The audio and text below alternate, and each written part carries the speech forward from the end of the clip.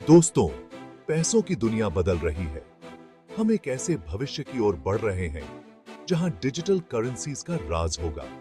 ये नया जमाना जल्दी ट्रांजैक्शंस और सबके लिए बेहतर फाइनेंशियल इंक्लूजन का वादा करता है। लेकिन ये कुछ इंपॉर्टेंट क्वेश्चंस भी खड़े करता है। एक इंपॉर्टेंट क्वेश्चन ये है कि इस डिजिटल रेवोल्यूशन में गवर्नमेंट्स का क्या रोल होगा? क्या सेंट्रल बैंक डिजिटल करेंसीज यानी सीबीडीसीज नया स्टैंडर्ड बनेंगे, या फिर बिटकॉइन जैसे डिसेंट्रलाइज्ड क्रिप्टो करेंसीज का दबदबा बना रहेगा? ये है डिजिटल करेंसी की जंग और दांव पर बहुत कुछ लगा है। इसका रिजल्ट ग्लोबल फाइनेंस को बदल देगा और इस बात पर भी असर डालेगा कि हम रोजाना पैसे का इस्तेमाल कैसे करते हैं। इस नए फाइनेंशियल लैंडस्केप को समझने के लिए ये जानना बहुत जरूरी है कि कौन सी फोर्सेस काम कर रही हैं। बिटकॉइन आया 2009 में, जब पूरी दुनिया फाइनेंशियल क्राइसिस से जूझ रही थी। ये एक बहुत ही अलग विजन लेकर आया, एक डिसेंट्रलाइज्ड डिजिटल करेंसी जो गवर्नमेंट के कंट्रोल से बिल्कुल फ्री हो। बिटकॉइन ट्रांजैक्शंस एक पब्लिक लेजर में रिकॉर्ड होते हैं जिसे ब्लॉकचेन कहते हैं। ये टेक्नोलॉजी बिना बैंक्स जैसे किसी इंटरमीडियरी के ट्रांसपेरेंसी और सिक्योरिटी इंश्योर करती है। बिटकॉइन का डिसेंट्रलाइज्ड नेचर उन लोगों को बहुत अट्रैक्ट करता है जो ट्रेडिशनल फाइनेंशियल सिस्टम्स का ऑल्टरनेटिव ढूंढ रहे हैं। इसकी वैल्यू बहुत तेजी से बढ़ी है, जिससे इन्वेस्टर्स अट्रैक्ट हुए हैं और मेन स्ट्रीम अडॉप्शन को बढ़ावा मिला है। हालांकि बिटकॉइन की वॉलेटिलिटी और रेगुलेटरी अनसर्टेनिटी अभी भी चिंता का विषय बने हुए हैं। दुनिया भर के सेंट्रल बैंक्स अपनी डिजिटल करेंसीज डेवलप कर रहे हैं, जिन्हें सीबीडीसीज कहा जाता है। फिएट करेंसीज के ये डिजिटल वर्जन्स पेमेंट सिस्टम्स को मॉडर्नाइज करने और मॉनेटरी पॉलिसी पर गवर्नमेंट का कंट्रोल बनाए रखने के लिए बनाए गए हैं।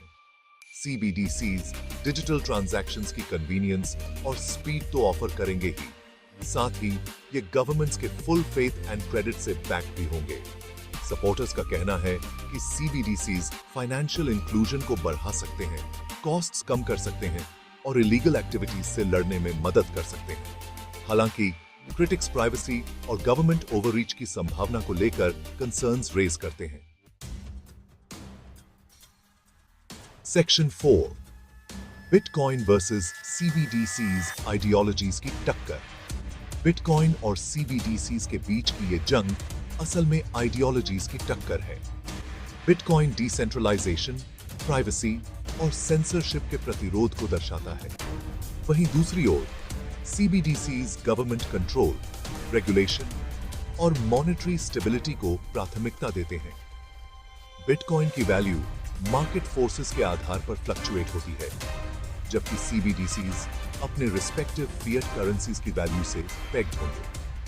बिटकॉइन ट्रांजैक्शंस कुछ हद तक एनोनिमिटी ऑफर करते हैं, जबकि सीबीडीसीज पोटेंशियली ज्यादा सर्वेलेंस की अनुमति दे सकते हैं। इन दोनों अप्रोचेस में से क्या चूज करना है, ये इंडिविजुअल वैल्यूज और प्रायोरिटीज पर डिपेंड करेगा। सेक्शन 5, पेस का फ्यूचर, एक डिजिटल बैलेंसिंग एक्ट। पैसों के फ्यूचर में बिटकॉइन और सीबीडीसीज दोनों का मिक्स होने की संभावना है। दोनों के अपने यूनिक एडवांटेजेस और डिसएडवांटेजेस हैं। इन दोनों फॉर्म्स ऑफ डिजिटल करेंसी के बीच बैलेंस ही फाइनेंस का फ्यूचर तय करेगा। बिटकॉइन का डिसेंट्रलाइज्ड नेचर और ग्रोथ की संभावना इसे एक अट्रैक्टिव इन्वेस्टमेंट और इन्फ्लेशन के खिलाफ बचाव का तरीका बनाती है। वहीं दूसरी ओर अपनी स्टेबिलिटी और गवर्नमेंट बैकिंग के साथ सीबीडीसीज रोजाना के ट्रांजैक्शंस के लिए प्रेफर्ड चॉइस बन सकते हैं। डिजिटल करेंसी की जंग अभी खत्म नहीं हुई है। आने वाले सालों में और इनोवेशन और कंपटीशन देखने को मिलेगा, जिससे आखिरकार कंज्यूमर्स को ज्यादा ऑप्शंस मिलेंगे और उन्हें फाइनेंशियल एम्पावरमेंट मिलेगा।